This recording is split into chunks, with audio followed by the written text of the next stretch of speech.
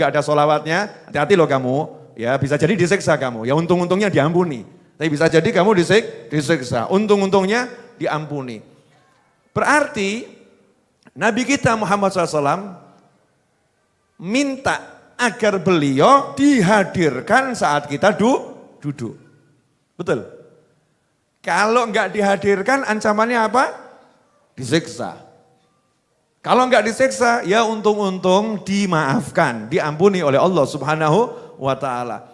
Kenapa sampai Nabi memaksa kita untuk menghadirkan Nabi Muhammad SAW dengan bersolawat kepada Nabi Muhammad SAW. Kenapa kita dipaksa, kamu kalau duduk zikir sama Allah, kamu kalau duduk solawat kepadaku, ingat kepada Nabi Muhammad SAW. Karena seseorang yang ketika dia duduk itu lupa kepada Allah, lupa pada Nabi Muhammad SAW, Allahnya marah. Allahnya marah. Rasul gak pengen umatnya kena marahnya Allah Subhanahu wa ta'ala. Makanya umatnya disuruh menghadirkan Nabi Muhammad SAW. Kalau kamu hadirkan aku di situ, jangan khawatir. Allah cinta kamu, Allah sayang kamu, Allah akan kasih kamu, Allah akan rahmati kamu, Allah akan. Rasul mengajarkan SAW kepada kita semua, hadirkan aku di sana. Sampai di sini jelas? Nah selama ini kita kalau duduk manggil Nabi enggak? Kita ini duduk seperti enggak punya Nabi. Maksudnya kita kalau duduk, bismillahirrahmanirrahim, terus manggil, Allahumma sholli wa sallim, ya Rabbi sholli ala Muhammad. Niat, ya, laporan pada Nabi Muhammad SAW, ya Rasulullah, saya lagi duduk di sini nih, ya Rabbi sholli ala Muhammad, Allahumma sholli ala Muhammad, assalatu wassalamu alaika ya Sayyidi ya Rasulullah, terserah apapun, tapi niatkan itu lagi ngontak Nabi Muhammad SAW. Coba kalau kita tiap duduk seperti itu, kira-kira indah atau enggak indah? Indah. Nah indahnya kenapa? Karena, boleh lanjut?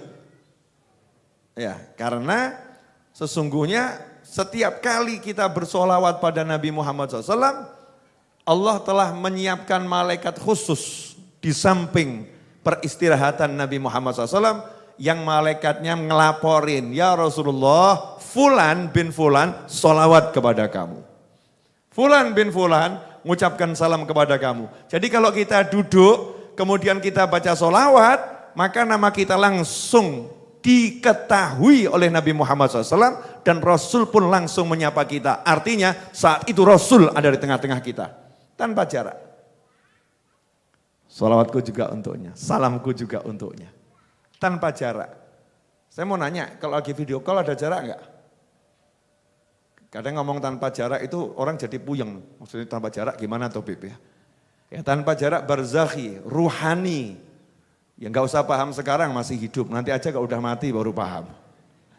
Ya sekarang enggak usah paham enggak jadi masalah.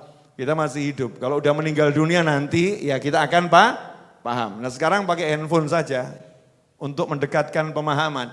Saya video call anak saya, Khadijah Nazihah yang hari ini lagi ulang tahun. Semoga panjang umur, fi taatillah, sehah wal afiyah, jadi anak yang solihah, menyenangkan orang tuanya dunia akhirah. Saya video call putri saya. Ya, video call putri saya. Ada jarak enggak? Kalau putri saya ada misalnya lagi di Mekah atau lagi di Madinah, misal seperti itu, atau saya lagi di Mekah, saya di Madinah, putri saya di Indonesia, ada jarak enggak? Ada, jaraknya ribuan kilo jaraknya ya. Tapi dengan video call ada jarak enggak? Enggak ada, langsung tampak di depan mata. Enggak ada jarak, betul seperti itu. Antum, saya, kita dengan Nabi Muhammad SAW jaraknya 1400 tahun. Itu satu waktu hidup ya, kita dengan beliau beda 1400 tahun. Kemudian yang kedua, pangkat. Aduh, bicara pangkat kadon ya. Kita ini umat jelata, beliau ini pimpinan semua makhluk Allah yang termulia, beliau pimpinannya yang paling mulia sallallahu alaihi wasallam. Berarti jaraknya jauh atau pendek? Jauh. Tapi begitu kita bersolawat, gak ada jarak. Allahumma sholli alaihi. Mungkin jenengan paham apa yang saya pahami. Paham enggak ini? Enggak ada jarak. Nah kalau udah enggak ada jarak begitu, kira-kira ini seharusnya kita senang enggak dengan duduk bersolawat? Seharusnya senang ya. Dan pede. Kamu ngapain? Ngontak Nabi Muhammad SAW. Tapi ya jangan buat tayangan aneh-aneh. Harus ambil HP, ngapain? Saya mau kontak Nabi, kurang ajar jadinya nanti. Jadinya kurang ajar, su'ul adab ya. Niat main. Kita bisa duduk, kita bisa komunikasi ruhani. Karena yang ngomong Nabi langsung disalam. Salam kita dijawab sama Nabi Muhammad SAW. Kita yakini saja. Ya Rabbi salli ala Muhammad, Ya Rabbi salli alaihi wasallim. Langsung ada jawaban dari Nabi Muhammad SAW. Walaupun kita enggak dengar, walaupun kita enggak lihat, itulah namanya iman. Itu namanya iman. Semangatnya dalam sholawat nambah. Orang nanya, kamu kok nambah sholawatmu, semangatmu kelihatan luar biasa, kamu ceria. Kenapa? Lawang dijawab kok sama Nabi saya. Ya seneng. Kamu dengar jawabannya? Oh dengar. Gimana? Nah itu dalam hadis. Itu kan udah jawaban itu. Dalam hadis udah jawaban. Saya dengar dari ustadz saya dengar lewat kiai saya dengar lewat habib saya dengar lewat tuan guru saya dengar dengan ulama-ulama saya. Mewakili Nabi Muhammad SAW dengan mengatakan qala, berkata Nabi Muhammad SAW.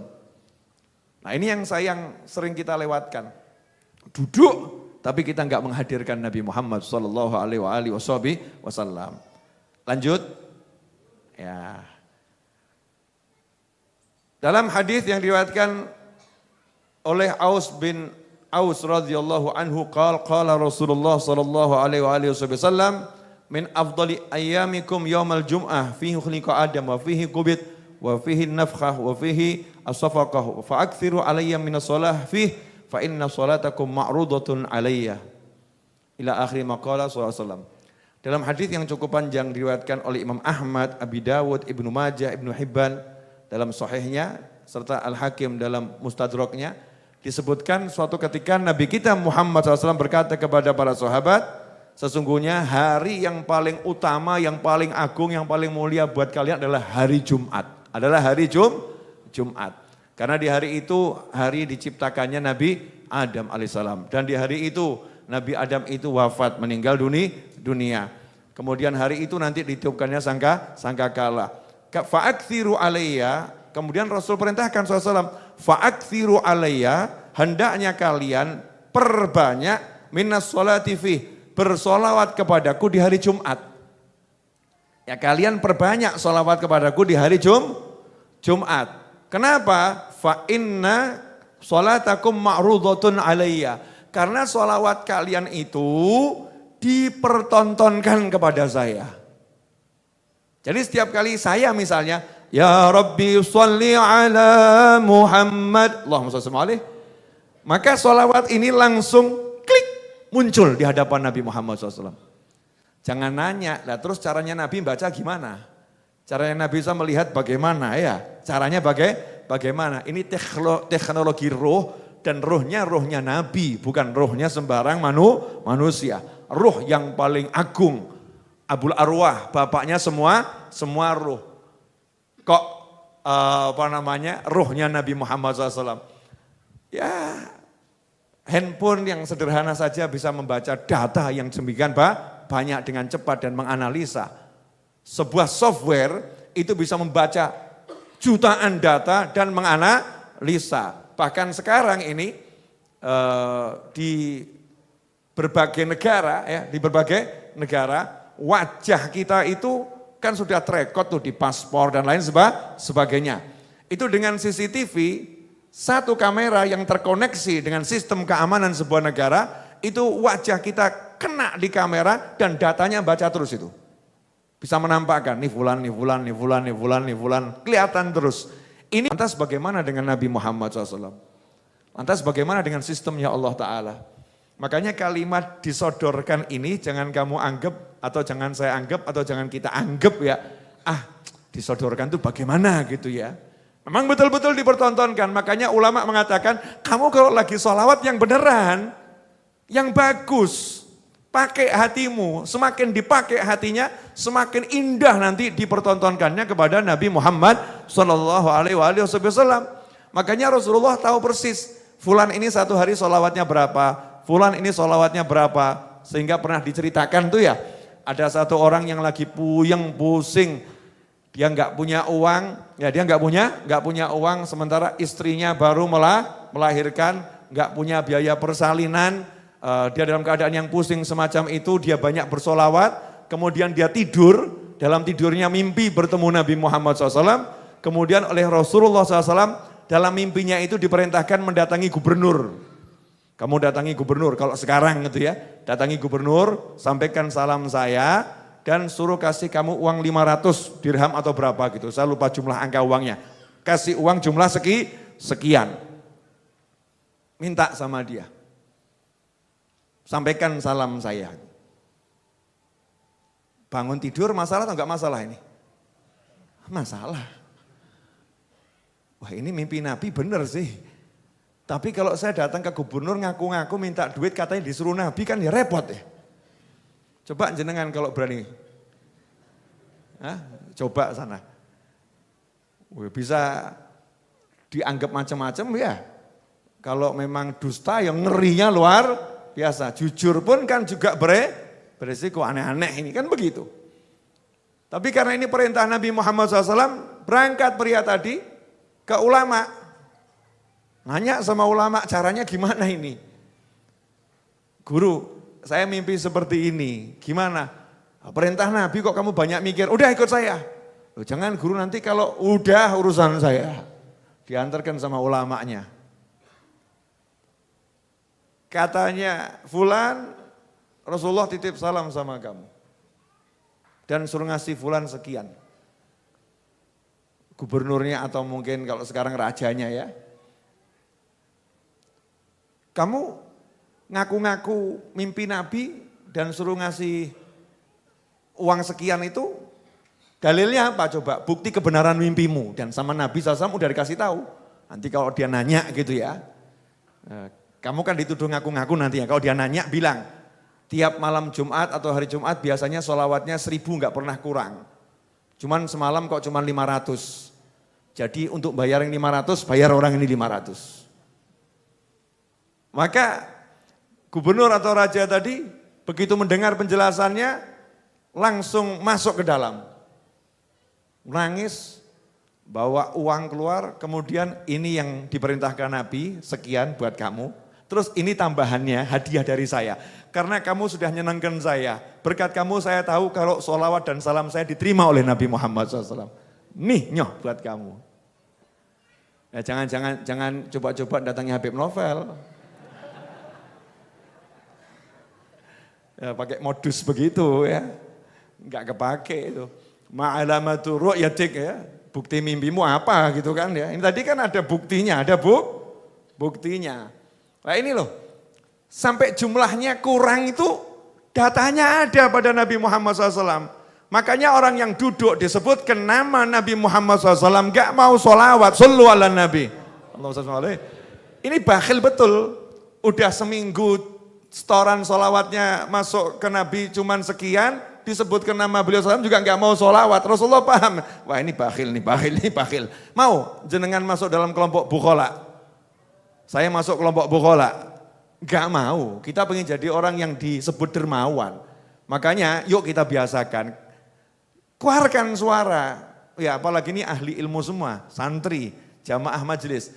Kalau disebut nama Nabi Muhammad SAW, ngomong yang banter, Allahumma sholli wa sallim alaihi. Jangan dong ini. Tunjukkan pada Nabi Muhammad SAW. Siap seperti itu? Praktek, keluarkan suaramu, tunjukkan pada Nabi Muhammad SAW. Oh, kan indah kalau begini. Praktekkan, jadi nanti kalau jenengan di jalan ada orang manggil Muhammad SAW. Padahal yang dipanggil nama tetangganya. Gak apa-apa, kita bukan nyolawatin tetangga kita, tapi kita menyolawatin Nabi Muhammad SAW. Dilaporkan detil, ma'rudatun alaiya. Disodorkan pada Nabi Muhammad SAW. Makanya yuk, ya kita mumpung ini kan ada momennya ya, titik kembali. Ya, di bulan kelahiran Nabi. Wah, bagus juga buat quotes nih. Titik kembali di bulan kelahiran Nabi. Perbanyak sholawat setiap hari. Allahumma sholli wa sallim alaih.